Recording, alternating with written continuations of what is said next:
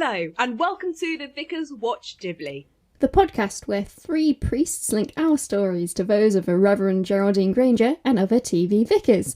I'm Kate. I'm Jenny. And I'm Ruthie. We're all back! And it's our birthday! Woo! So we have been going for a year, and that's amazing. So what we're doing in this episode is we're looking back at the very first episode of Vicar of Dibley and also asking some of the questions that you wonderful people have asked us and giving some very wise and thoughtful answers to them.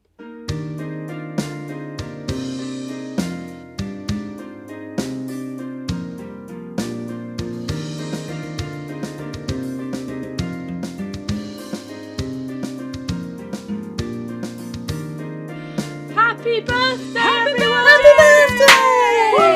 Oh, party poopers! Party poppers! I really hope that hasn't woken up my toddler because we are recording this in the evening.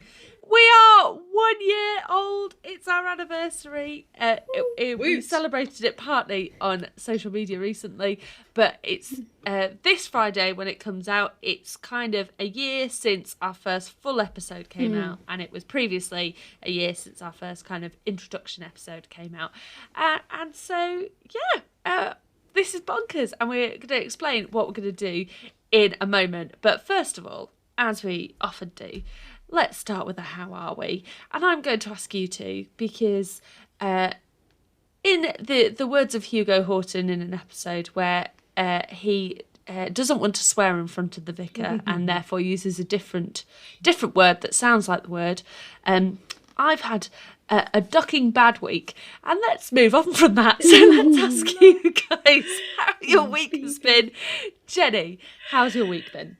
Okay, my week has been probably better than yours. I think January Sorry, darling. It's been, January's always a good time to look at the year. Most good vicars will do this in December, planning vision for the year ahead. Not me, baby. I'm last minute. So I'm feeling pretty fired up, thinking about all that is to come this year and planning, preparing, praying through all of that sort of stuff. Yeah, busy, bit tired, but actually, quite excited. That's probably where I am this week. Whoop whoop. And how about you, Kate? I am tired. I've been going through a fatigue spell, which is kind of related to my chronic illness, but also it's January, so post-December crash. But I'm also just feeling really invigorated mentally because I've been learning Welsh just on Duolingo, but I'm feeling quite proud of it.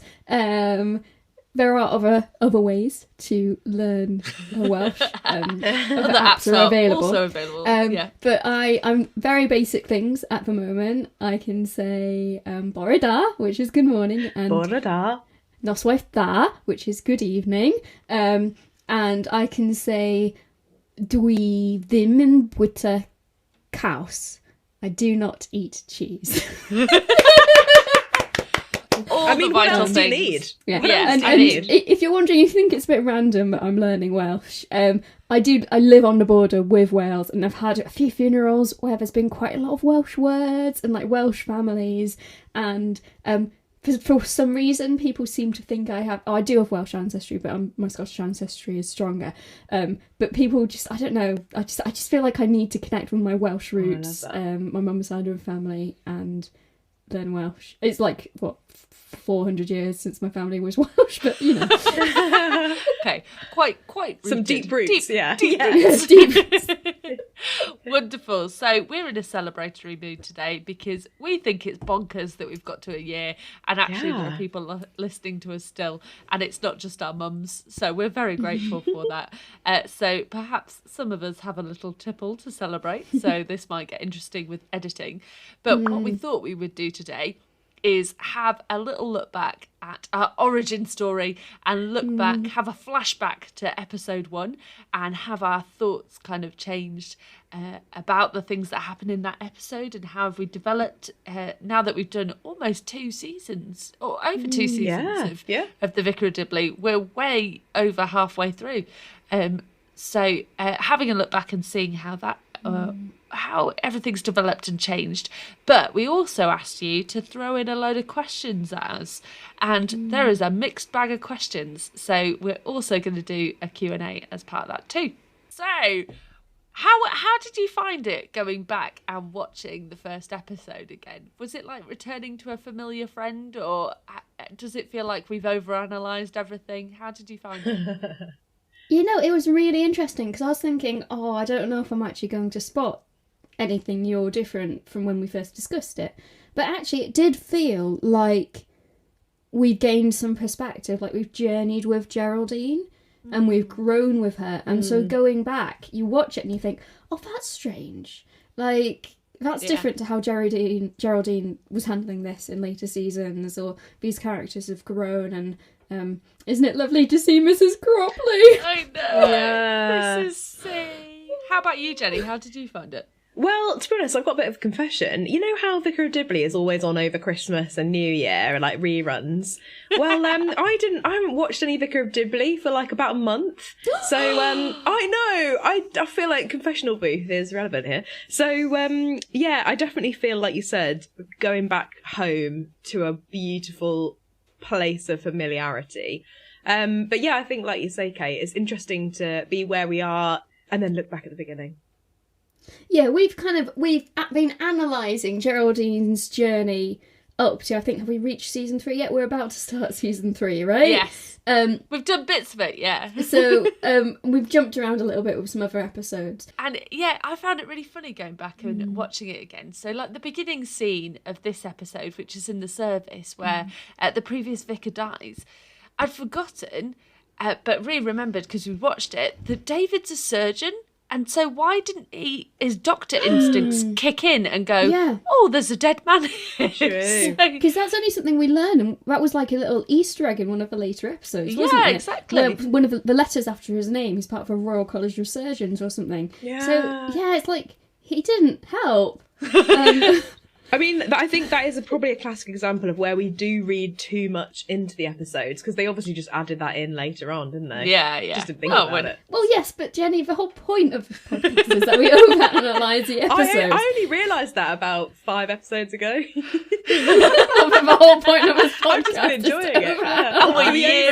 I've just been enjoying it and thinking about my own life like a big selfish vicar. I've just been using this for not for like therapeutic reasons. Yeah, me too. It's all good. That first scene as well. I'm looking at a congregation. I don't think I've ever actually looked properly at the congregation there, and it's registered who's there. Because we have Mrs. Cropley playing the organ, we have Frank, and then we have Hugo and David Horton, and then Miss Alice and Reverend Pottle.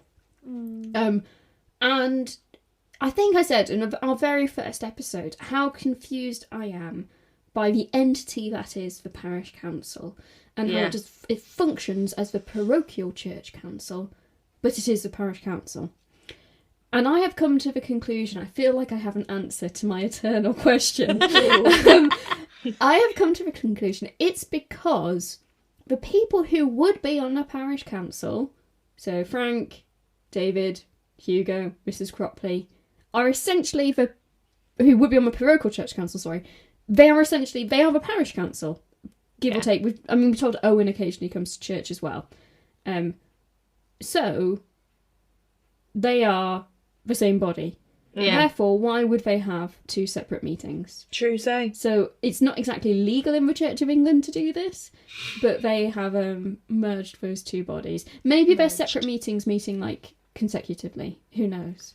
Exactly the same I feel like time. I've reached catharsis and resolution. I'm really pleased for you, actually. My deep unrest and unease has been answered. And you're generously sweeping that across the nation as well. Like, others can now rest. I don't know if you can feel just the deep peace I feel in my soul. I actually can. I'm looking at you and being like, yeah, well done. I feel zen. I've reached enlightenment. Peace. Whereas I watched this episode and suddenly realised that Frank Pickle always has a lovely array of stationery with him, and that's the thing that I picked up over. He's got like a highlighter and some erasers or rubbers and a selection of different pens and Tipp-Ex and a stapler, and I admire that as a fellow stationery lover. Yeah, so I love that. That was great. Let's talk about that parish council scene then. Because did you? I felt when I watched it, like, I had a sense of, oh, this is different. This isn't what we're used to. Like, 'cause I think we've gotten so used in the later seasons. The parish council are such friends, and we've had evidence in their meetings of, like, they've had food brought to them, they've been meeting for hours, and they've been having a good time. Whereas this first meeting, Frank calls David Sir. Yeah. Yes, sir. And I think some of them refer to each other by surname, Mr. So-and-so. Yeah, and it's very formal, isn't it? Yeah. Mrs. Cropley barely says anything. Hugo barely says anything.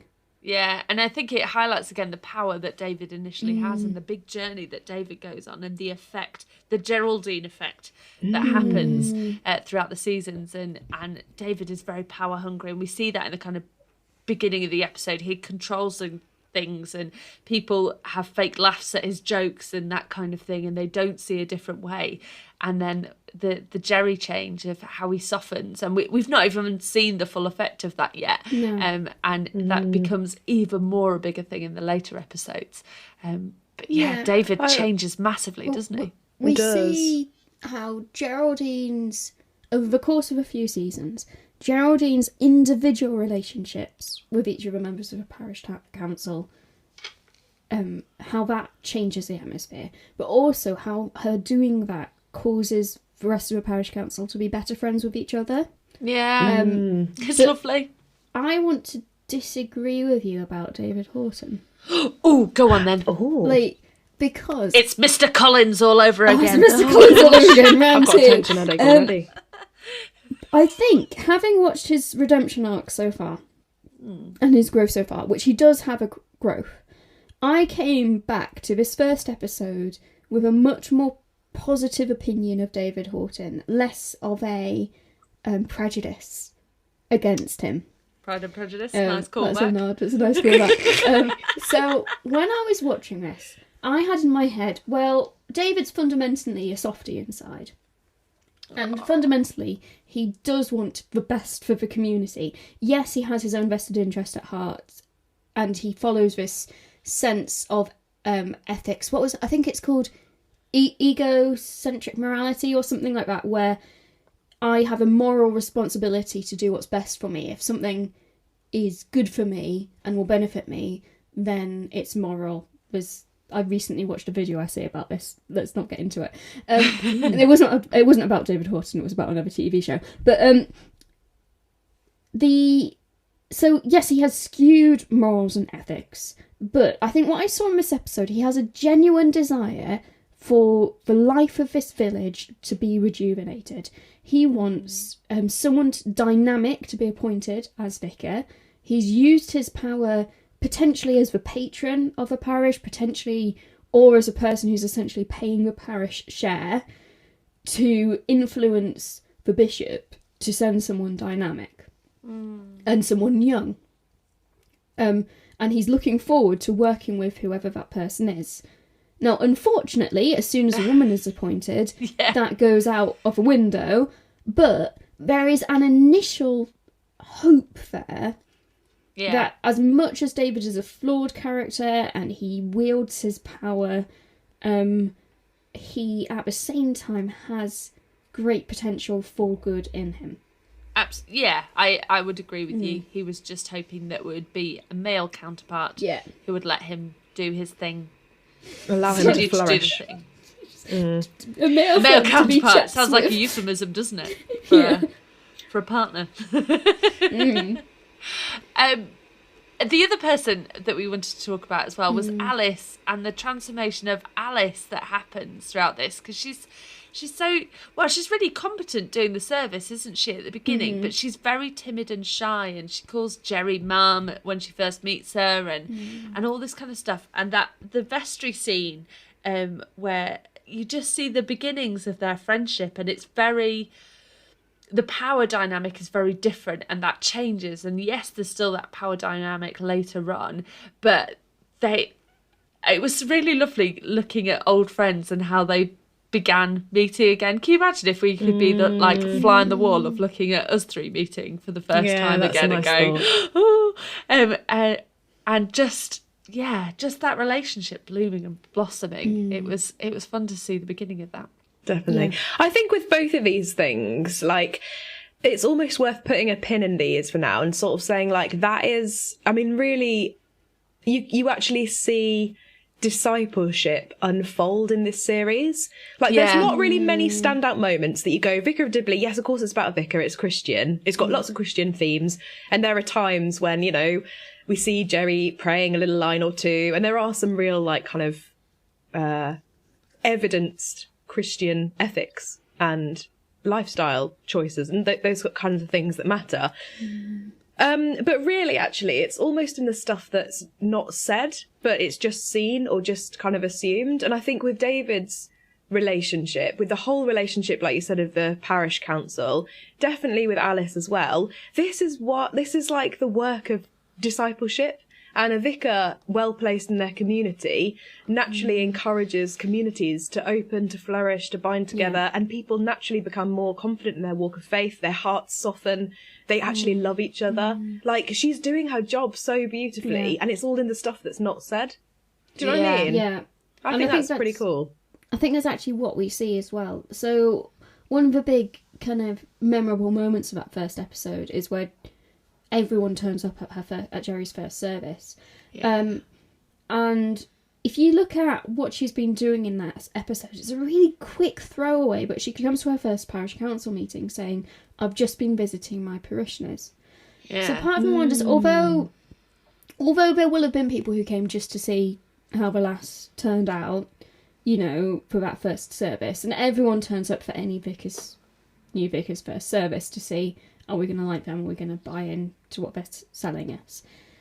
But I think her first instinct is to build relationship.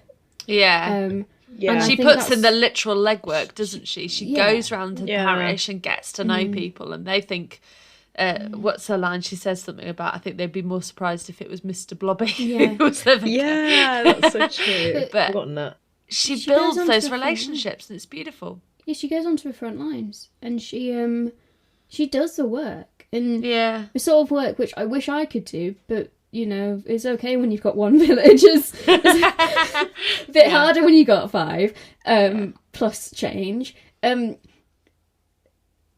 like Geraldine herself, but also she grows over those few seasons we've already watched. So this first episode, she comes in, and I got a sense that she's come in knowing she's going to have a hard time, and so that's why she does the hard work. She immediately says, I need to make these relationships. I'm going to prove that I'm worth my salt. And you can see that she's got her kind of her battle mask on. You know, she's got her defences up of using her humour, using her personability, really showing, you know, like, anything you throw at me is going to bounce off because I'm sure of who I am and why I'm here, and I'm going to charm the socks out of every single one of you. And we see in series to come that she settles into who she is, and she's more open about just her whole self in later seasons. We get hints of it in this episode where she reveals to Alice a little bit more of her less standard humour and her crunchy bars, and you see that first opening up with Alice before everyone else.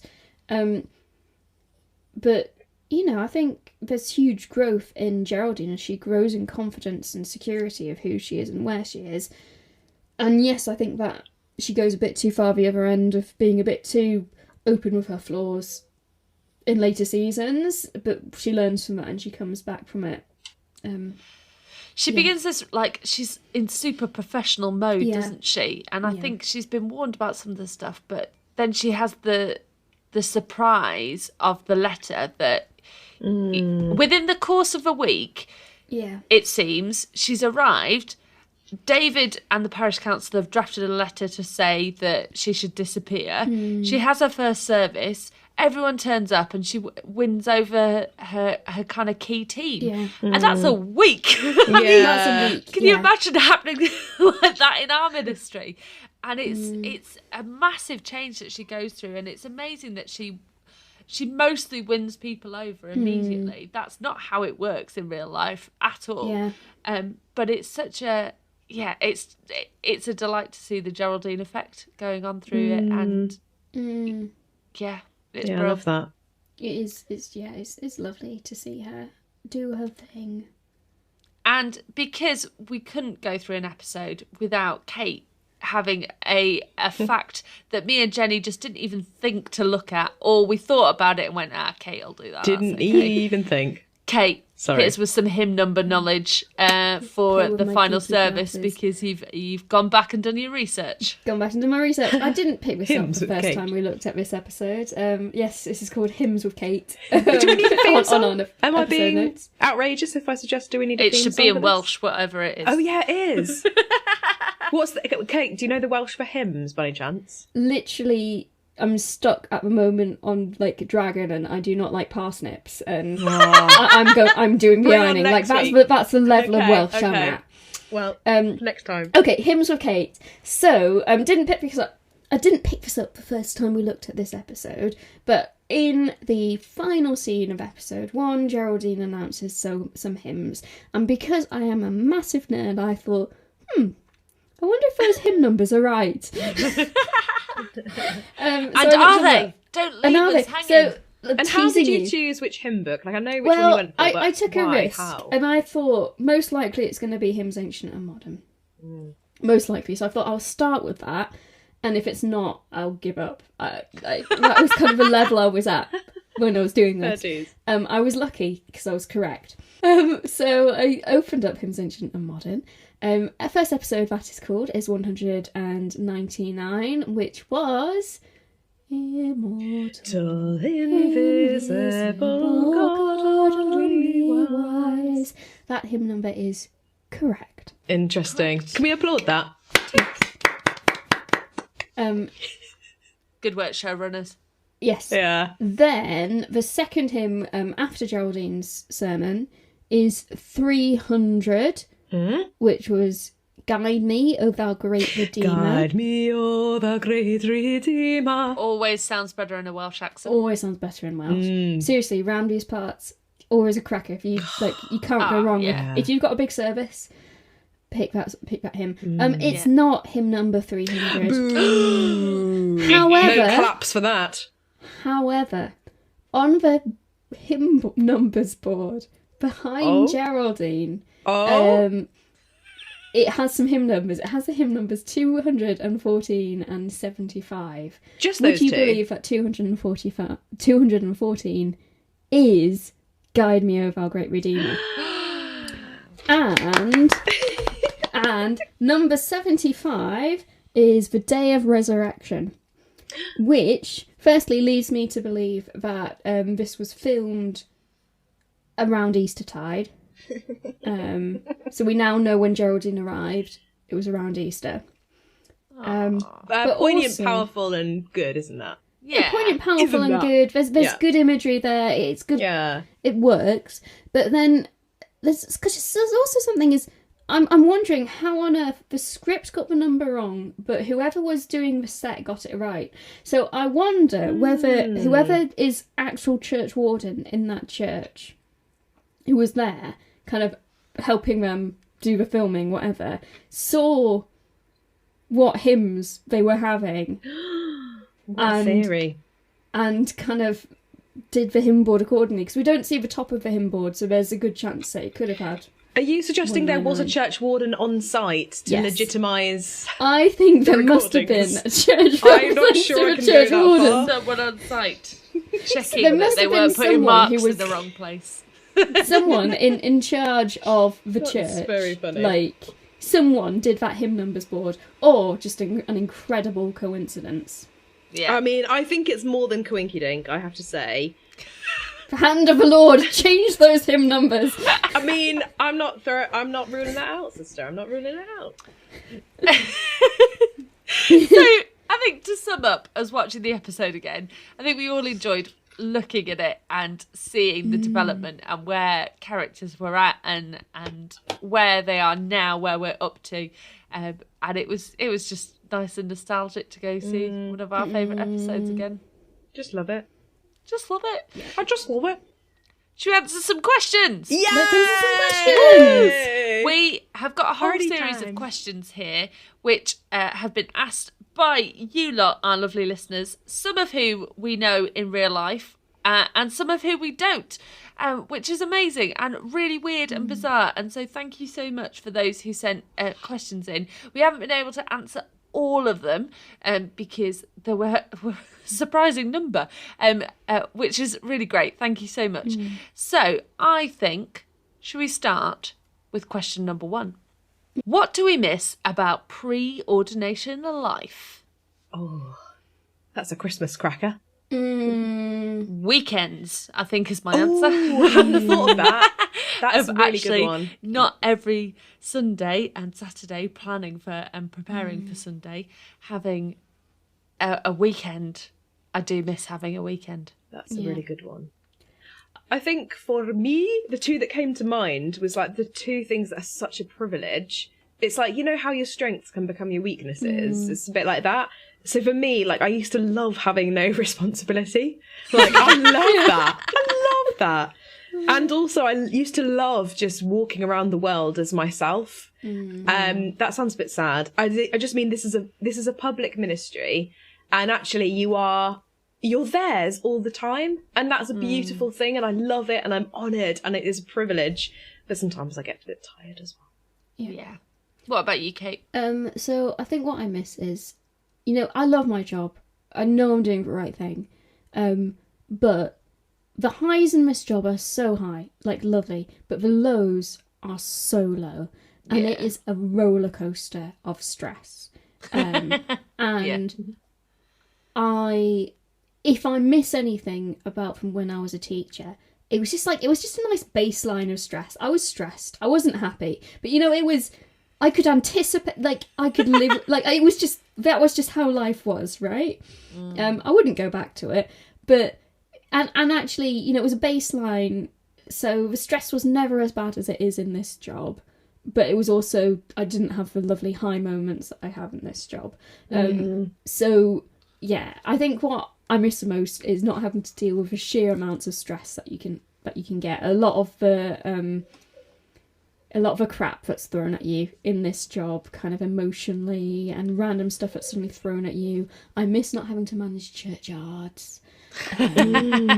Gosh, yeah. One thing I really I love about this job, and kind of on the flip side, I would really miss if I had to go back to teaching or whatever.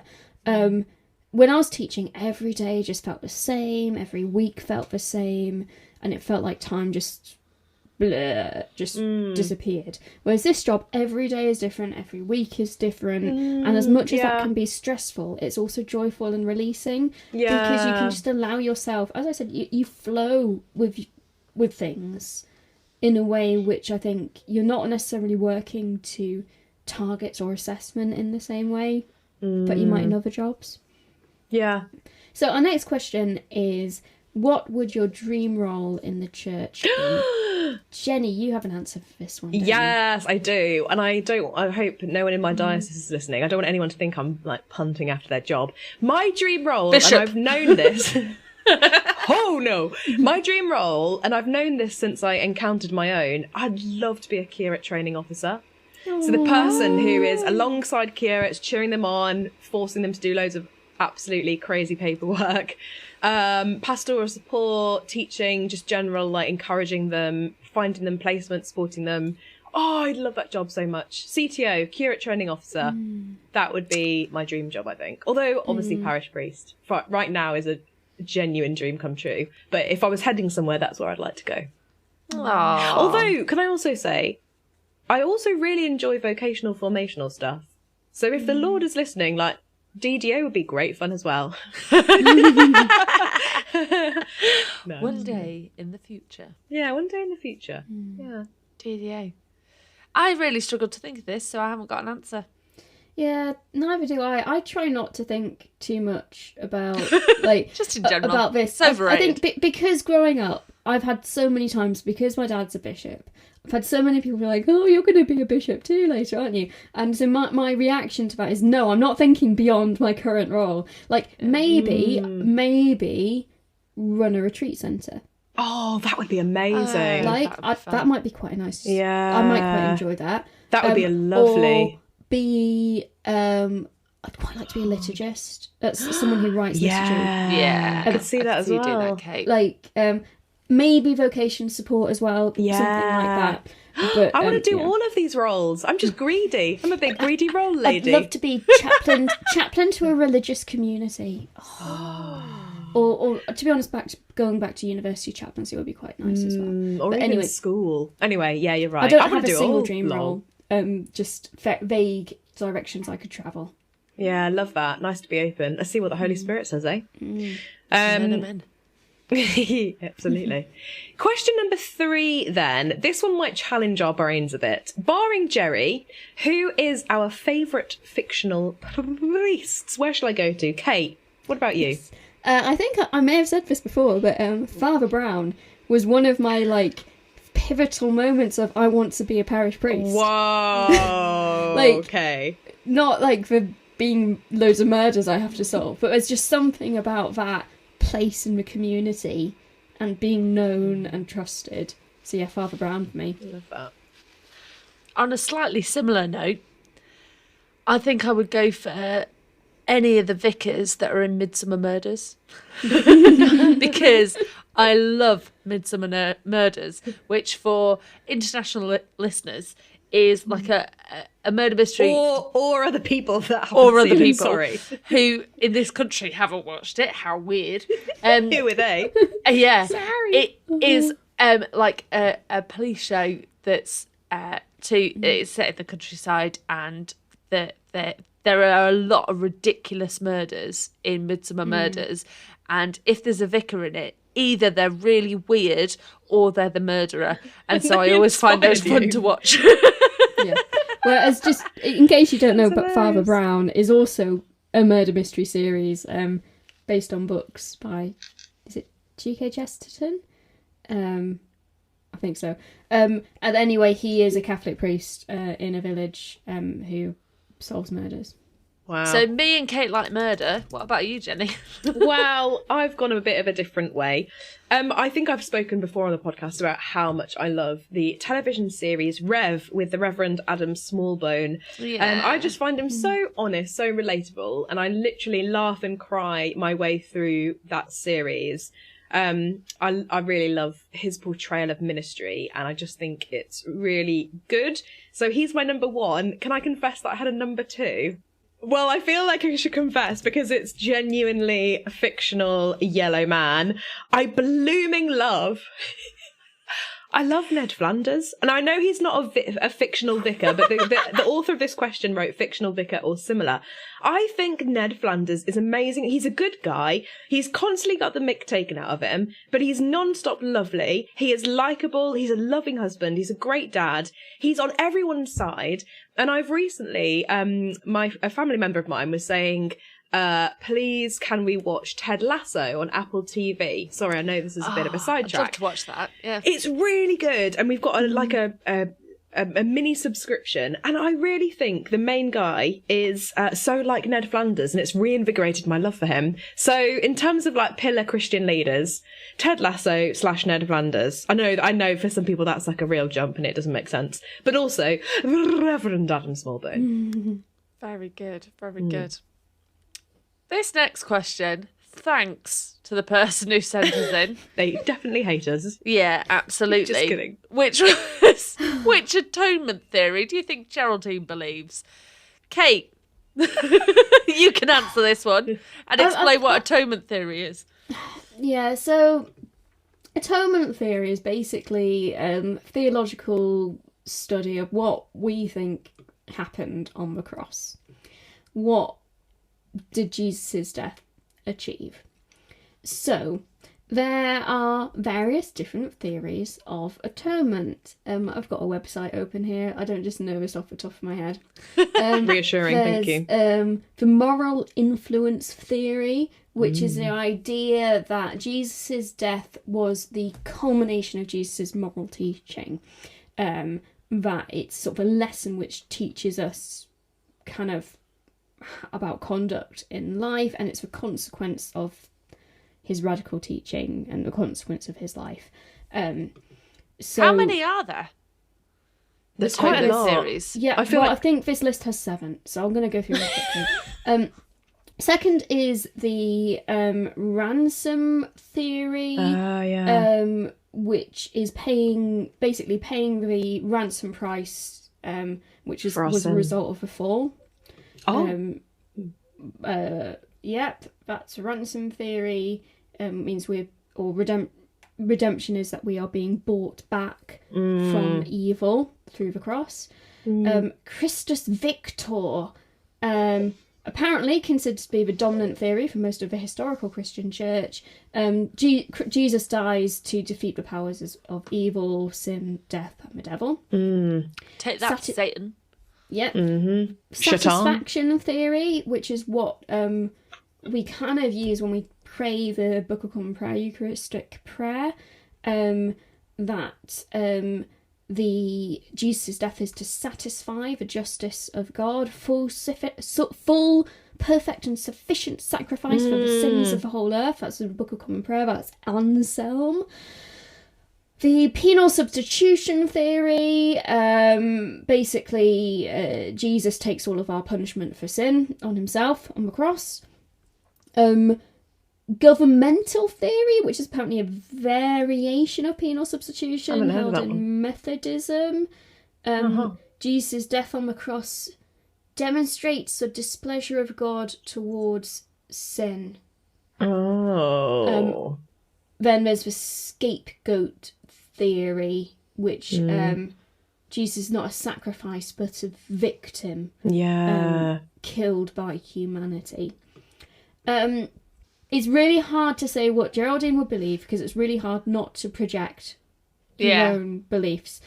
If we're going Church of England, maybe she's all about that satisfaction of the sins because that's Book of Common Prayer. She probably prays at communion prayer every Sunday.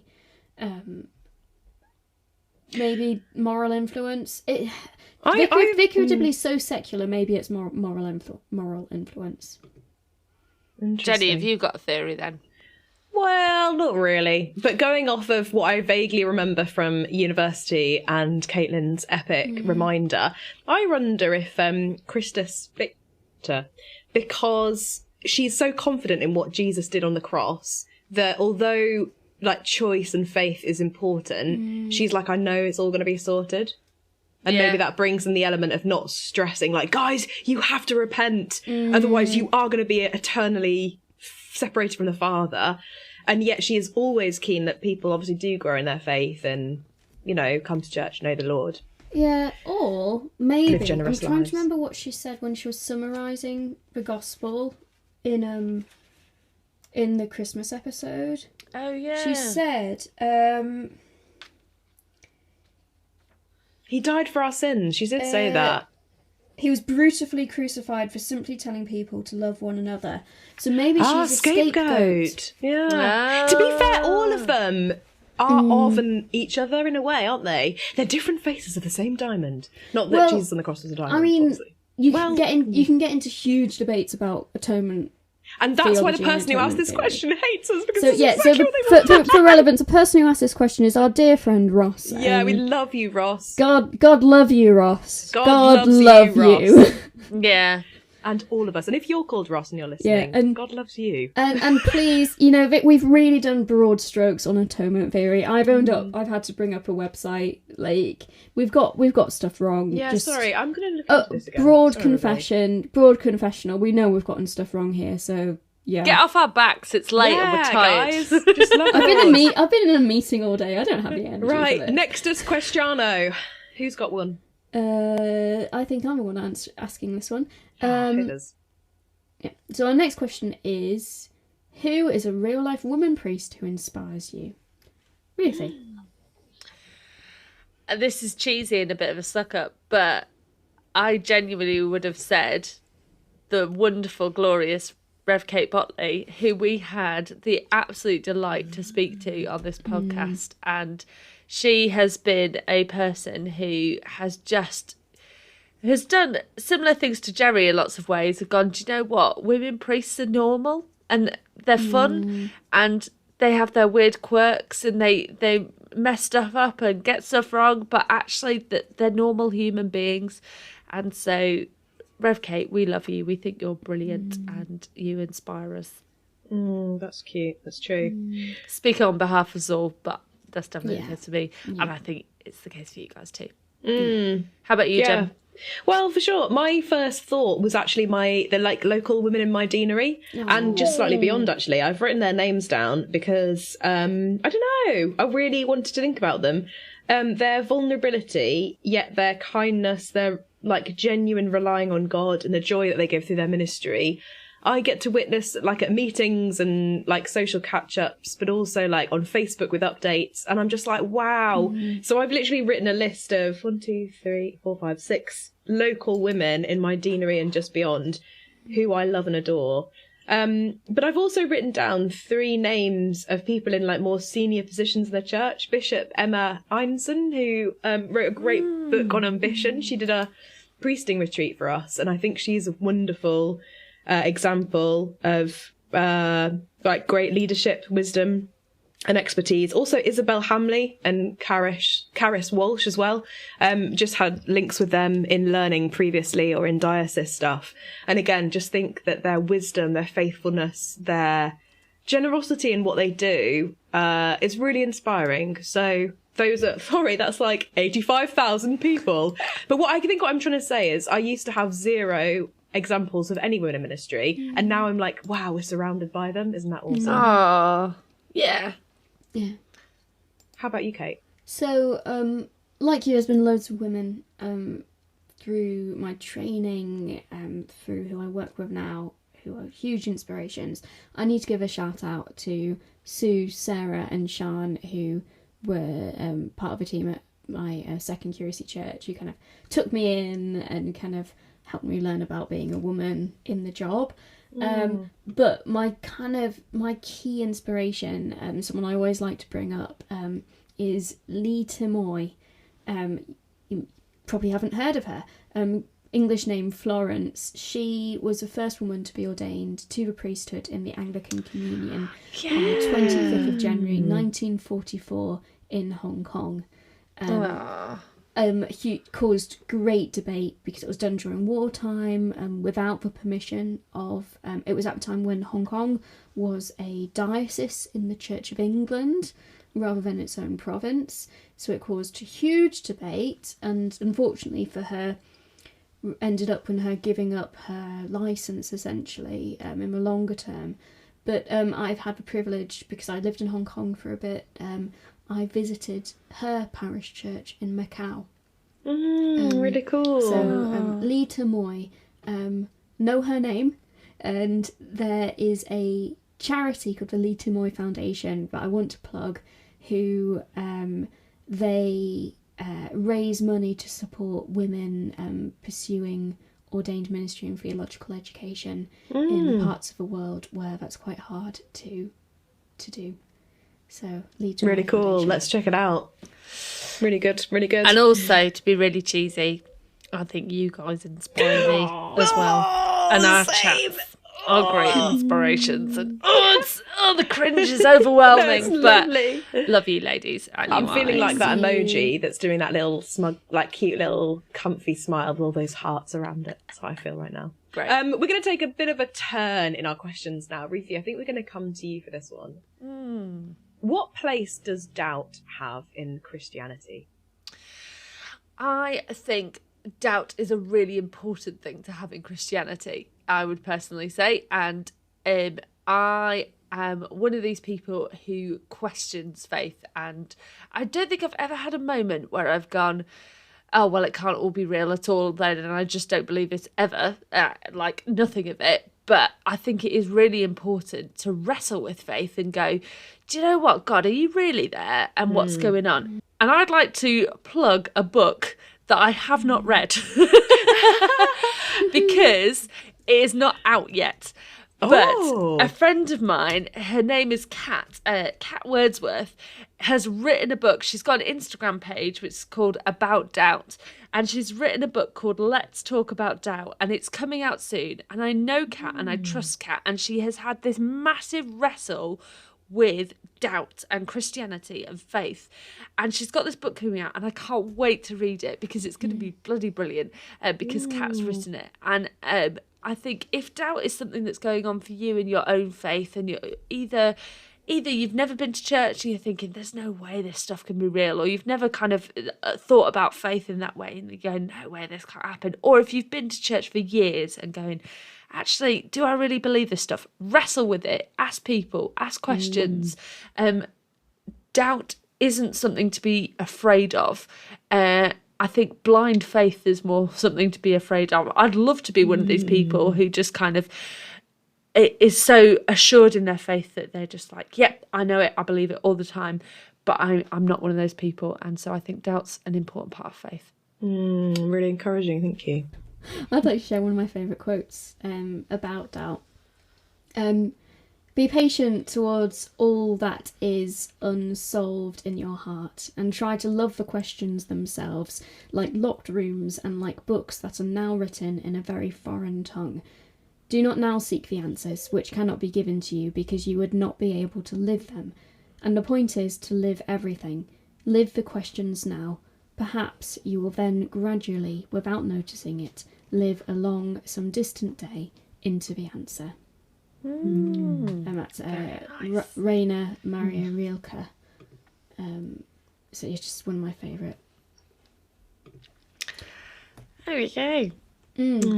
We're chipping and chopping all over the place with these questions because we're trying to do like Vicar of Dibley ones and then life and faith ones. So we'll go back to a Vicar of Dibley one now.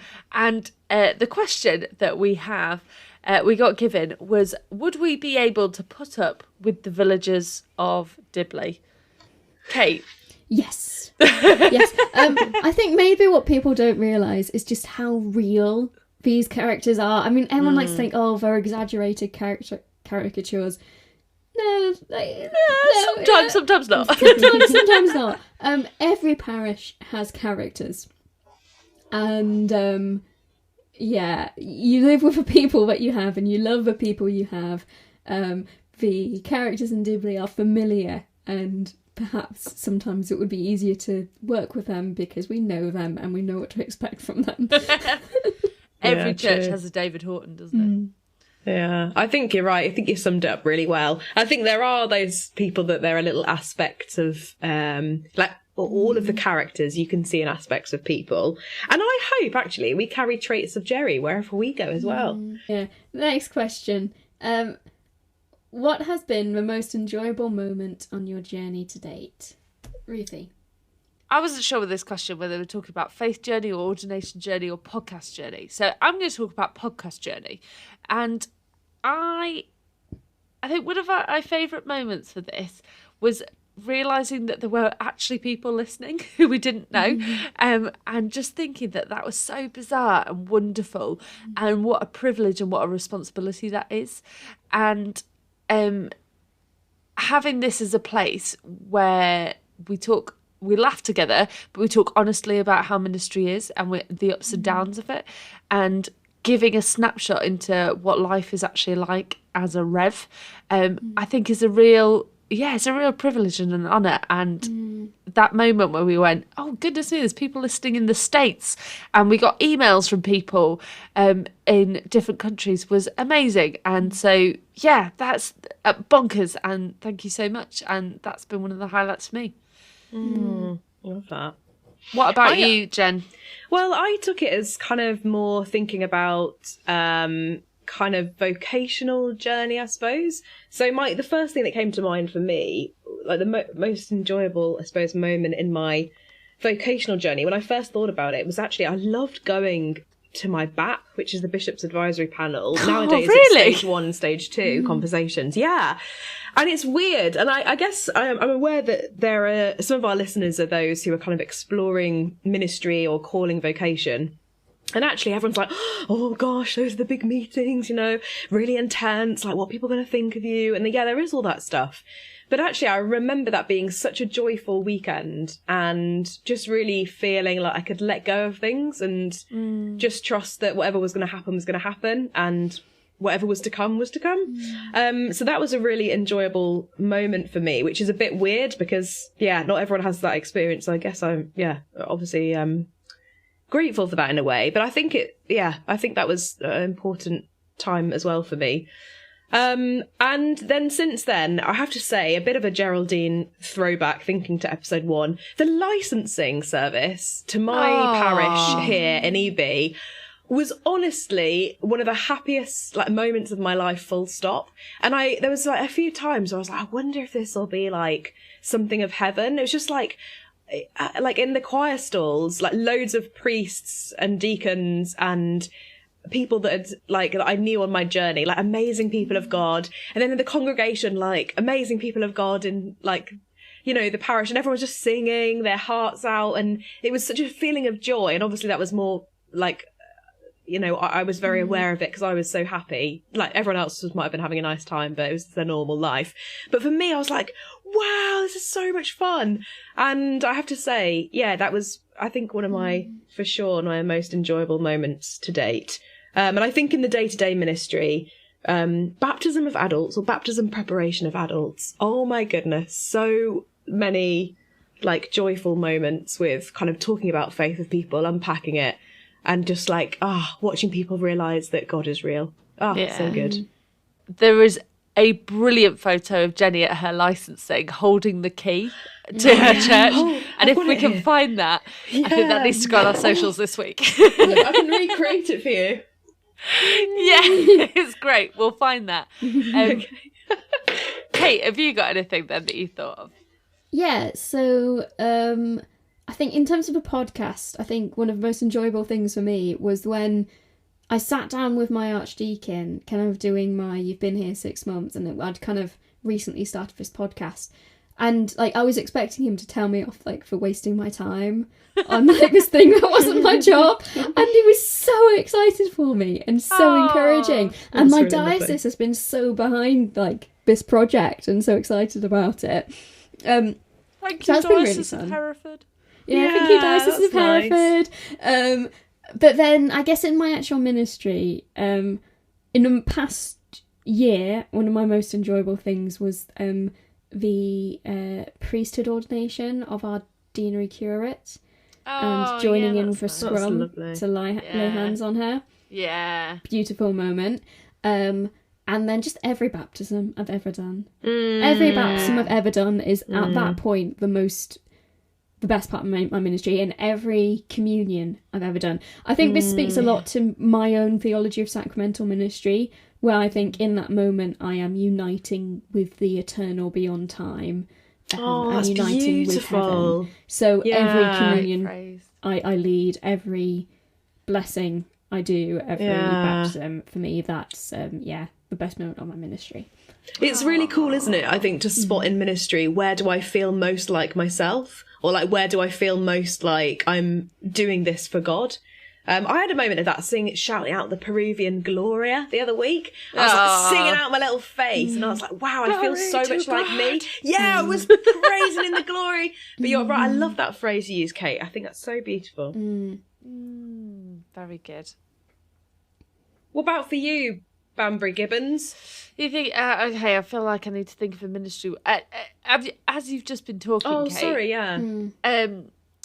yeah. Presiding at the Eucharist is magical. But at specific moments, I'm thinking as well, I was able to be in the scrum for my spouse to help priest them, and to lay hands on my spouse was That's cool. was wonderful. And another personal one is baptising my own son. That was stressful because I'm like, I've got to lead a service. And then at the moment where it came to it, I was like, blooming heck, what a privilege to do this. So that's very personal things. Yeah. And there's so many of those moments where you can't remember them now, but you have suddenly you just have a sudden oh, this is amazing. This just happened. Yeah. And you rush to tell someone that this amazing thing has just happened. Yeah, that's true. Yeah. That is the mental highs that you were saying about as well, Kate. They're so high, it's you're never going to come down highs. Yeah, this job really is, as much as we've talked about how stressful it can be. Oh, it's the best. It's sublime as well at the moment. Yes. It's true. It's true. Yeah. Next question. Here is a bit of a juicy one then. Outside of the persons of the Trinity, who is your favourite Bible person? Caitlin. I have a dramatic answer and one which is probably a little bit more honest. So my dramatic answer is Jael. Yes! Tent peg through the ear of her oppressor. Yes, best answer if anyone tells you need to embrace biblical womanhood. Okay, hand me the tent peg then. Yeah. I shall embrace biblical womanhood on you I right now. depicted this in the form of pizza, which is, again, I will find that picture because Jael's a badass. Yes. That's probably amazing. the more honest, meaningful answer is Ruth for a while. I like Ruth, the biblical character, meant an awful lot to me. Maybe it's more Mary now, but there's something about the way that God uses women, not just to smite the oppressor, which God does do actually through a number of women, because female rage is divine. Amen. But actually how God works through women's experiences, whether that's through the complete upheaval of your life and circumstances as those people who have power over you change, as we see in Ruth, and how you are devoted and make your choices about what you believe in your difficult circumstances to reveal something of God's goodness and God's kingdom. But also sort of as through Mary, how God redeems and reveals God's self through us and chooses the least likely people in the society that they're in to change the world. By Mary, you're referring to Mary, mother of Jesus. That Mary. Every Mary. You can't Every pick Mary. all As the I said, Marys, pretty 'cause I much want one of every them. woman in the Bible want is my every favourite. Mary, Aww. mother of Jesus, Mary Magdalene, Mary of Bethany. They're all good. All the Marys. I love them. Oh, that's lovely. I was going to go for Mary. Mary Mags, I'll go for. And her passion for the Lord. And she's a person who has been much maligned by the blokes later on in the centuries and called a prostitute. She wasn't a prostitute, but we just had this woman who's this amazing disciple who leads people to faith, and so we had to find a flaw in her because, you know, she can't do that. And I love that when Mary encounters Jesus on that Easter Sunday, after he's been resurrected, and you know, she's been the faithful one who's stayed there at the tomb, and she's the one who's mourning, and she's the one who sticks around, and then she meets the Lord, and she runs off to tell people, and she just says, I have seen the Lord. Like, she hasn't got her atonement theory sorted out. She doesn't understand it all, but all she knows is she's seen the Lord, and she has to go tell people. And so Mary Maggs is an absolute babe. And I'm going to go for the disciples as well. And I know that's a collective, as all of them. all of them as comic relief sometimes in bits of the Gospels where, do you know what, they mess up and they get things wrong, but goodness me, what a place to be, what a privilege to be, and they're just so like us in so many ways, and I think that's great. How about you, Jenny? My answer is small and humble, much like my character. This is the first one that came to mind. If I'd given it more time, I might have come up with somebody else. But John 6, the little boy who gives us lunch. Yes. I know that's weird and maybe really small and insignificant. Don't even know his name. And actually, to be honest, if you read John 6, I think it's like the beginning few verses, it doesn't even sound like he gave his lunch. It sounds like his lunch was spotted by the disciples and then removed from him. The disciples, schoolyard bullies. Yeah, I really try not to read it like that, although I am aware that there could be a very comedic, funny retelling of this. So for any creatives listening, you might want to have a go at that. Please send it in to us if you do it, yeah. I'll payment for answering atonement theory, Ross. Yeah, exactly. A funny retelling of John 6, the beginning few verses.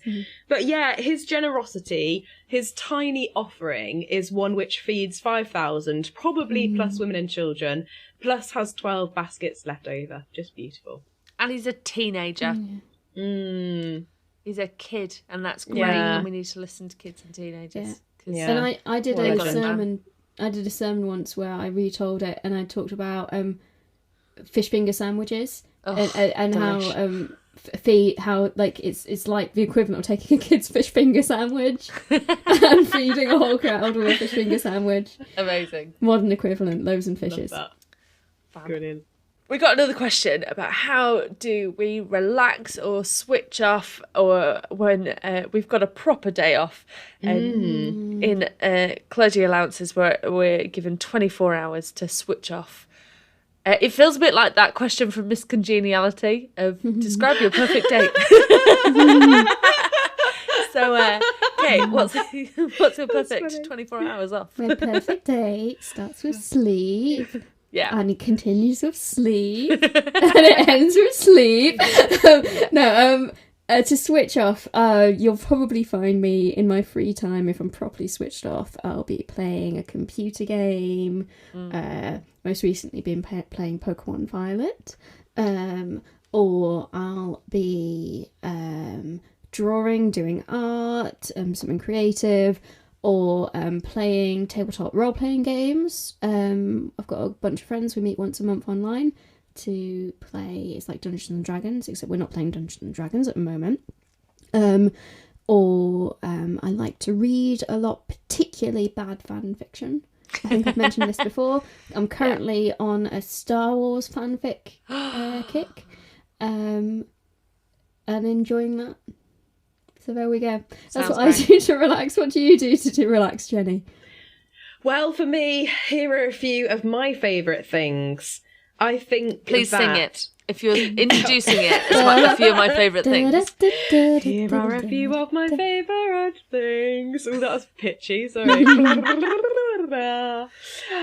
I like to read a good book in bed with a cup of tea. Oh my gosh, she's actually I like to go for a walk with my doggy. His name is Henry. I often find, thank you, with my day off, I'm usually pretty emotionally drained after the week. I love a bit of recovery time for a day off. So bed, cup of tea, what I love the most is waking up and not having anything in the diary. I feel like my mind then can properly just do what it needs to do. So similar to Kate, I love a bit of sleep, some creative times. I've started taking up embroidery. I'm really bad. I just follow the pattern that's like laid out for me, but learning new kind of stitches, that's something I love. Walking Henry, like going for coffee and reading a book. If I was really going to treat myself, going for a massage actually would be one of my favourite things. Yeah. Or having a bath, which is, not as expensive. Lighting loads of candles, just creating an atmosphere of peace, deliciousness. And then maybe a takeaway and a film as a special treat as well. Love it. I've got a question for you. Do you not find, you said you walk Henry, your dog. In case the parish. People didn't know that Henry's your dog and not your husband. Oh, yeah. Do you do it in the parish? Because I find when I walk leave Lily, the parish, yeah. I do it in the parish and I always end up talking to people. Yeah, and I agree. And I think that's lovely for every single day. And actually, I believe that God should be interrupting our walks and stuff with the people that bring to us. And actually just living in community, like you say, it's one of those privileges that you know people and you do get good chats. But yeah, on a day off, I just like to shut down totally from everything and everyone else in the world. Just come back to my own still centre. And yeah, my favourite thing to do is there's a few local parks and areas around. Get a coffee, walk around a lake, just totally switch off, not worry about anything else. And I find it very restorative. I'm going to give two scenarios because as people who listen who are owners of small humans know that days off with small humans might look slightly different to days off on your own. So if it's a whole gang all together, it's nice to go for a walk or to do something to get out and about. But also, do you know what? Sometimes it's nice to just have a lazy day and just watch things on Disney and that kind of thing. And Other people hate them. I love soft play because actually I'm a big kid and I just want to go play in the soft play. But it's also a great way to exhaust a toddler. So Brilliant. I love doing things like that. I love going seeing family and friends and doing that sort of thing on days off. If it was just me on my own or me and my spouse and there wasn't a small human and a dog to deal with, who, just to be clear, I love them dearly, but sometimes it's nice to have a break. Amen. I love pub culture. I love just hanging out at the pub and meeting a stranger and having a chat and just sitting and enjoying a pint, and whether you're talking to the people that you're with or... I used to love going on Sunday evenings after church when I was at college. I'd go to the local pub and watch the American football because I love American football. You do? But there were people, I think they thought I'd been stood up on a date and things like that, because it's very weird for a woman to sit on their own in the pub in Britain. It's not a very done thing. But I think, watching some sport would be part of it. Sleeping and PJs and nice food and all that kind I love that. Yeah. Coziness. Yeah. That sounds Lovely. like a good day off.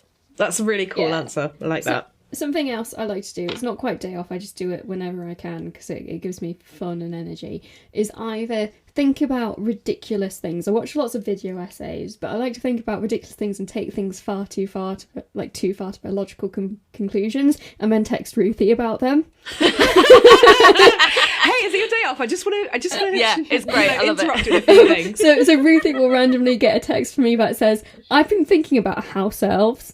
Yeah, that's a great one. And my how, God. this is the most recent one, and how really the best way to approach them should have been, rather than the terrible kind of slaves who want to be slaves thing that we got, that they are magic vampires and they feed off human magical energy, and therefore by living with wizarding families, it's like a symbiotic relationship. Anyway, so I think about those things, but I also find things like on TikTok, like my favourite one at the moment is apparently anything that's written in free verse, like so a lot of Emily Dickinson's poems apparently written in free verse, fit to the tune of a Pokemon theme song. What? So here is Because I Could Not Stop for Death. Because I could not stop for death, he kindly stopped for me. Bow, bow, bow, we can't help but just ourselves and immortality. He slowly drove, he knew no haste, and I had put away. And it goes on. Basically, so this is going to be my new thing. Wow. Amazing. It reminds me of another thing I do to switch off, and that is turn off my phone. Go dark. Go dark. But I love that. I love that for you guys. Oh. That's great. Our next question is, who would win in a fight between hosts? Ooh. I have a Never theory. fight each other. I have a theory for this, and I thought about this one probably the most of all the questions.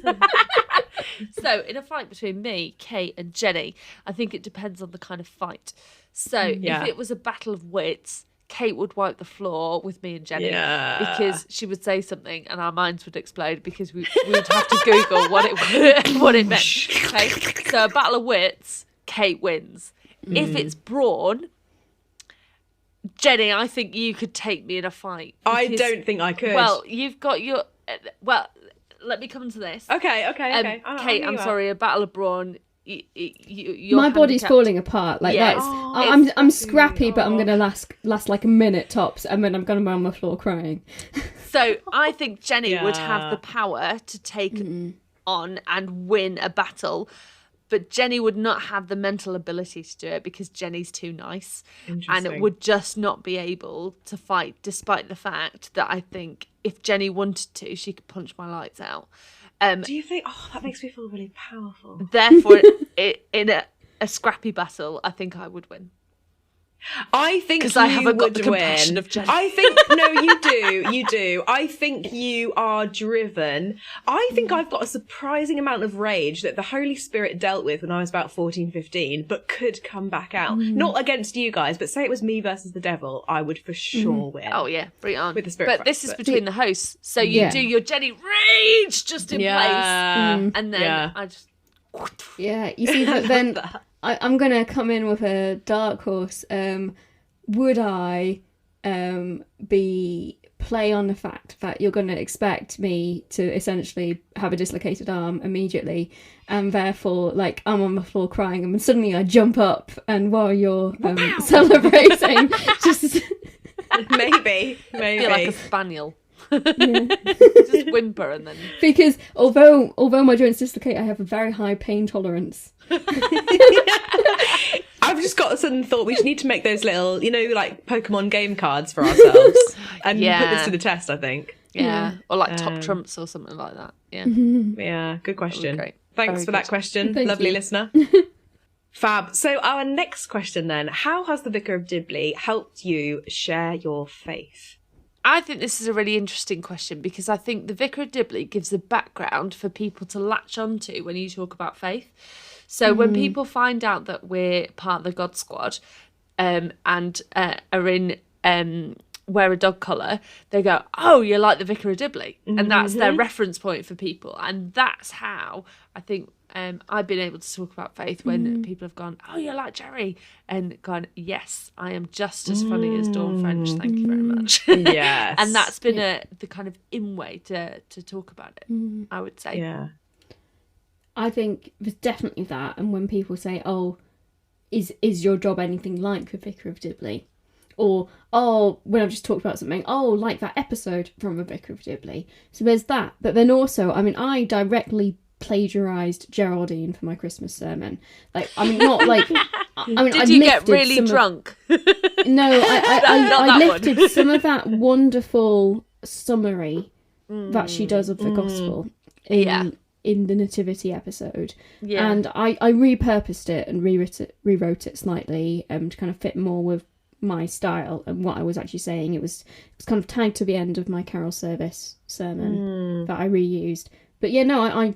and lots of my ideas for ministry sort of can be inspired by things that you see in the show as well. Yeah. Want to do an animal service, that would be really cool. I'm going to do a live nativity, like a staged like people outdoor nativity at some point on one of my farmyards. I'd love to do that. So, great. Yeah. So thanks, Richard Curtis, for helping us tell people about Jesus. Yeah. It all worked out. Another question we got asked, which is very poignant, I think, to all of us, and we got asked is, why can prayer feel so hard? So, there's the answer of why is prayer hard, which is because it's a discipline, and because it's not very rarely, are you going to feel like it's a full conversation between you and God. It is a conversation, but not in the way that we're used to. It's about meditation and calming and emptying the self. And there's a whole, there's so many different theories about prayer and how you enter prayer. Basically, there's lots of different ways to pray. And I think sometimes it feels hard to pray because we're trying to conform to a version of prayer which doesn't come naturally to us. Interesting. That can be, yeah. And that's not to say that we shouldn't keep pushing forward with the discipline of prayer, but actually there is no shame in saying, actually, for me, it's more easy to enter the prayer state, as it were, by doing some art and doing something creative, listening to some worship music, spending time in silence. Maybe you prefer spending time in silence, and what you find difficult is praying out loud. There's so many different ways to pray. For me, I just need to change things up, sometimes I need one thing, sometimes I need another. And the important thing is that you keep praying. And even if the only thing you do for prayer today is say the Lord's Prayer, That is such a powerful thing to do. Join in with the prayers of the whole church throughout all of history, all of our church's history, by saying the Lord's Prayer. And you never know, the more you do it, the more you get used to it and the more natural it becomes. Yeah, I think that's right. I think flexing some change can be really helpful. As Kate's mentioned, like writing, drawing, painting while maybe listening to worship music, or after reading the Bible, or going for a walk and just consciously like imagining holding Jesus's hand, or him being there, or talking, to God as you walk intentionally and trying not to get distracted. Talking and praying to icons, I think, can be really helpful, like actually looking at something to inspire prayer, or lighting a candle. If you're finding it really tough, I think even like setting a timer on your phone and being like, I'm going to sit here for 5 minutes and just be open to listening, or just to pour out what's on my heart, is a great thing. And as Kate said, it is a discipline. And sometimes it is really hard, but enjoy it, like get creative with it. There's apps, I've plugged already Lectio 365, great way to start and end the day with, if you want something to input. But you can pray as you run, you can pray as you wash up, you can pray walking the dog. And that's wonderful. It is hard, but I think one thing I would add to Kate's recommendation as well is that God absolutely, like the Father's heart is for us to come before him and to be honest and open and to rejoice and just enjoy being in his presence. So I think banish any sense of guilt, if you can, from your prayer life and how you do it and what works for you, and just know God's delight, and may that be the draw rather than feeling bad or guilty. Just enjoy that time. It's never going to be wasted time, and probably the best thing we'll do with our day. That's what I often find. I'm like, I can't be bothered. And then I do it and I'm like, oh my gosh, everything's changed. Yeah. And prayer doesn't have to look for you the same that it looks like for everyone else. Yeah. Prayer can be, as you're walking around the house, having a rant, about your day, directing that to God and trusting that God is hearing you and transforming you in the process. Prayer can be so many different things. Like, just if you have in your head this image of the ascetic monk sitting in the desert or in a cave, like enduring prayer, and going to the extremes of those Celtic northern saints standing in the North Sea, and enduring on behalf of prayer, that is a form of prayer. And if it doesn't work for you, you really don't feel guilty. Like, that's not the season you're in. That's just not what your relationship with God looks like. Just talk to God however you feel most comfortable. And just know you're not alone as well. Yeah. Like, I'm going through a stage where I find prayer impossible. I find it really hard at the moment. And you're not alone in that at all.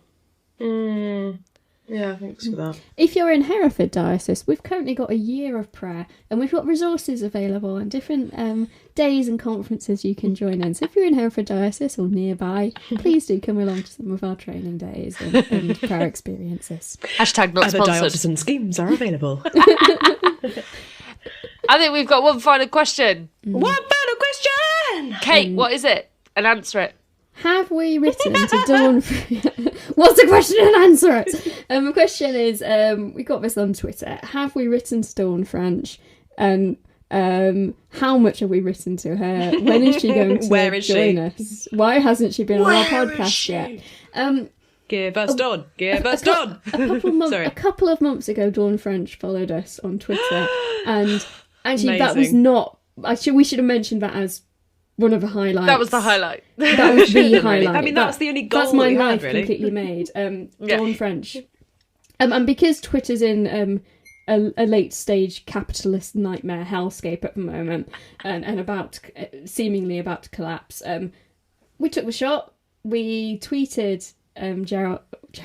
we tweeted Dawn, saying how much we love her, and asking if she'd ever want to be on our Trying podcast. not to be creepy, by the way. Seeing as she'd followed us. As she'd followed us. Yeah, She made the first took the move. first step, guys.